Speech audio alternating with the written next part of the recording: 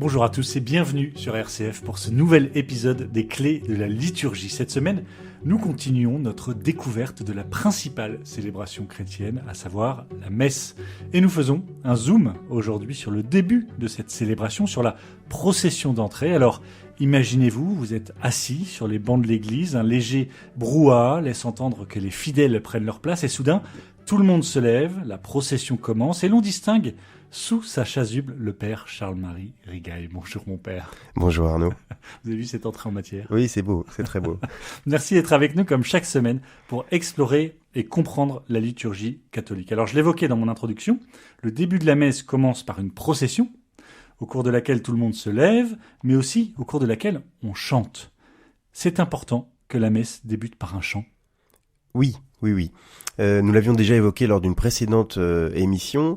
L'Église, c'est d'abord l'assemblée réunie, et donc il faut que cette assemblée se constitue. Et une des plus belles manières que l'Église a trouvées dans sa tradition pour que se constitue une assemblée, c'est qu'elle n'ait qu'une seule voix. Vous voyez, et cette seule voix est l'image du seul cœur qu'elle est appelée à avoir.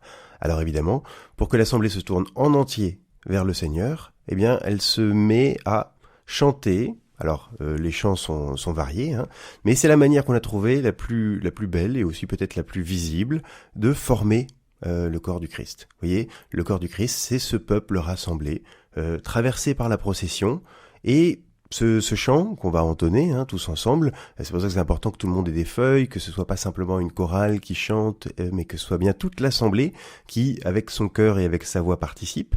Eh bien, ce chant va aussi donner le ton bien souvent de la célébration. Selon qu'on est dans un temps liturgique spécifique, que c'est le dimanche, que c'est la semaine, on n'aura pas tout à fait les mêmes tonalités dans les chants. Et donc vous voyez que à travers un simple chant d'entrée, on arrive déjà à dire par la liturgie beaucoup de choses de ce qui est en train de se passer. Vous dites que la principale raison de ce chant, c'est d'unifier le corps et l'assemblée. C'est ça? C'est une question d'unité? Oui, unité, de tourner son cœur aussi vers Dieu, puisque on prend la parole tous ensemble, et en général, c'est un chant qui va s'adresser à Dieu, puisque les chants, on le dit dans la liturgie, les chants n'ajoutent rien à ce que tu es, Seigneur, mais ils nous rapprochent de toi. Ça c'est dit dans une des préfaces. Oui, les chants, le Seigneur n'en a pas besoin pour son bien personnel. En revanche, ils vont tourner nos cœurs. Voilà.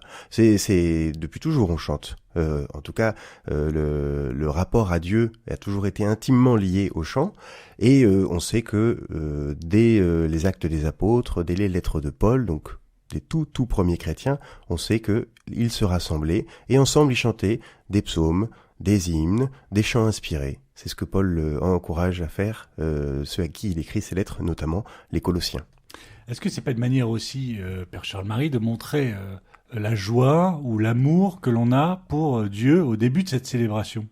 Je lisais un petit passage d'un commentaire de Saint Augustin qui commente le psaume, une homélie sur le psaume 149. Il dit que le chant est une affaire de joie et si nous y réfléchissons bien, il est aussi une affaire d'amour de Dieu. C'est ça?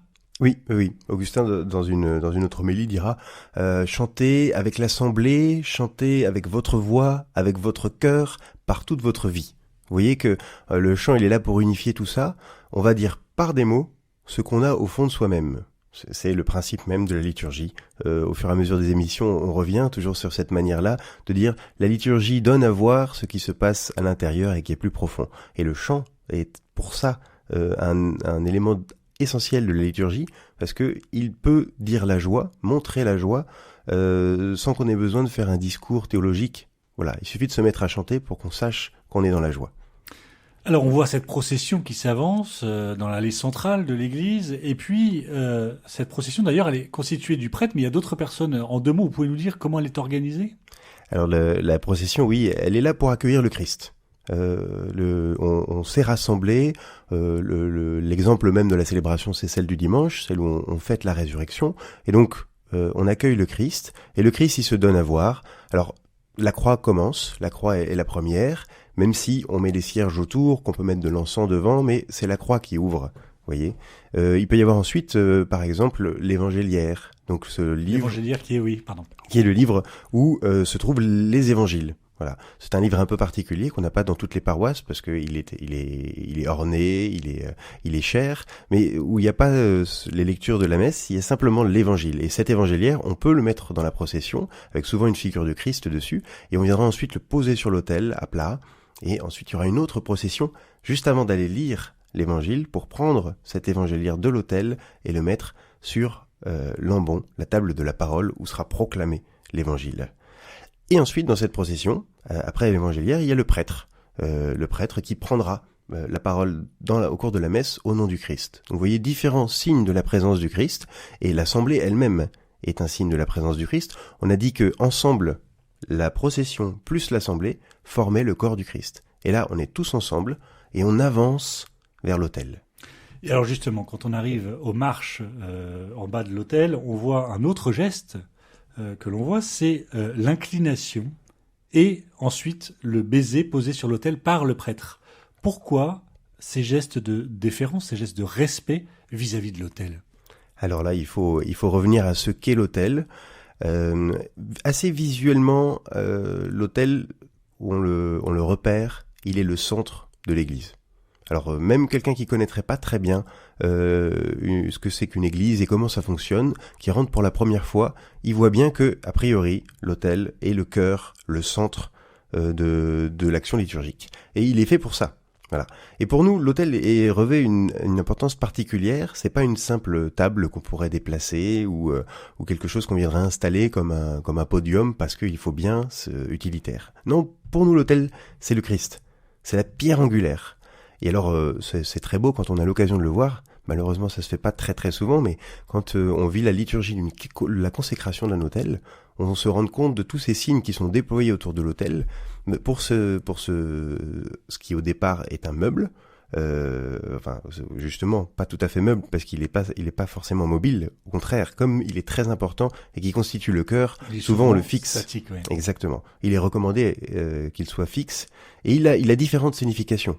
Et c'est donc le Christ, vous le dites, c'est une des significations. Alors non, le Christ, il est toujours le Christ. D'accord. Mais par exemple, dans sa forme, il va évoquer différents aspects du mystère du Christ. Alors, la plus connue, ça pourrait être la table. C'est la table de la scène, du dernier repas de Jésus, le jeudi saint, le soir, avec ses disciples, où il prend le pain et dit « Ceci est mon corps », et il le donne à ses disciples, et pareil pour le vin, « Ceci est mon sang », il le donne à ses disciples. C'est cette table un peu particulière. Mais on pourra dire aussi cet autel, je vous l'ai dit tout à l'heure, c'est la pierre angulaire. C'est là-dessus qu'est bâtie l'église, et ensuite chacun de nous est une pierre. Chacun de nous vient construire l'église par la pierre qu'il est lui-même, vous voyez. Donc on reconnaît cela. On reconnaît aussi l'autel qui était une signification ancienne, bien avant le christianisme, l'autel du sacrifice, ce lieu où on va déposer une offrande. Et c'est ce qui va se passer. On dépose l'offrande du pain et du vin. Et parfois on reconnaît aussi, dans certains autels, notamment les baroques, comme un cercueil, un tombeau. Et cette image du tombeau, c'est bien sûr l'image du tombeau vide de la résurrection. Le Christ nous donne son corps qui n'est plus dans le tombeau parce que le Christ est ressuscité. J'ai lu quelque part qu'on pouvait y voir aussi le symbole d'une montagne, de la montagne, qui est le lieu où, dans l'histoire sainte, dans l'Écriture, se révèle Dieu. Oui. Tout au long de l'histoire sainte, c'est un signe de la présence de Dieu, de s'élever. On s'élève pour voir Dieu, puisque Dieu nous rejoint. Et donc, on va voir des grandes rencontres. Alors, évidemment, on pense au mont des Béatitudes, au mont Tabor. Dans l'Ancien Testament, on peut retrouver d'autres monts. Le Sinaï, pour Moïse. Sinaï, par exemple, oui, où on donne les tables de la loi, etc. Donc c'est un signe de la rencontre de l'homme avec Dieu, ce lieu. Et vous remarquerez que l'autel est souvent sur un lieu un peu élevé. Alors il y a une raison pratique, c'est pour qu'on voit ce qui s'y passe, mais c'est aussi ça. Le prêtre monte à l'autel et on a toujours eu une méditation particulière sur cette montée des marches que le prêtre fait parce qu'il doit bien arriver à l'autel, mais que toute l'assemblée fait un peu de cœur avec lui. On se tourne vers l'autel. Et autrefois, dans la liturgie, on disait, voilà, j'avancerai jusqu'à l'autel de Dieu. Les premiers mots de la messe étaient introibo ad altare Dei, j'irai jusqu'à l'autel de Dieu, et le prêtre disait ça en montant les marches. Très beau. Très beau. Alors, lors de certaines messes, le prêtre, on peut le voir, il utilise, pour vénérer l'autel, de l'encens. Pourquoi et quelle signification a l'encens pour les chrétiens ? Alors l'encens, on pourrait en parler assez longuement, mais cet encens, c'est visuellement quelque chose qui monte. Vous voyez, quand le prêtre prend l'encensoir, ça fume et la fumée monte. Et donc ça a été depuis toujours, et même en dehors du christianisme, le signe d'une prière qui s'élève vers Dieu. Et puis aussi la bonne odeur. Alors on aime ou on n'aime pas l'odeur de l'encens, mais elle dégage un parfum, et ce parfum, c'est un signe d'offrande. Et donc l'encens est le signe de ce qui va être offert, de ce qui est offert. Et donc d'entourer l'autel de cet encens, c'est de dire voilà, notre offrande va être déposée là, on la présente au Seigneur, et quand on voit l'encens monter, eh bien on peut dire moi je m'associe à cette prière qui monte. Merci mon père et à la semaine prochaine. À la semaine prochaine, au revoir Arnaud.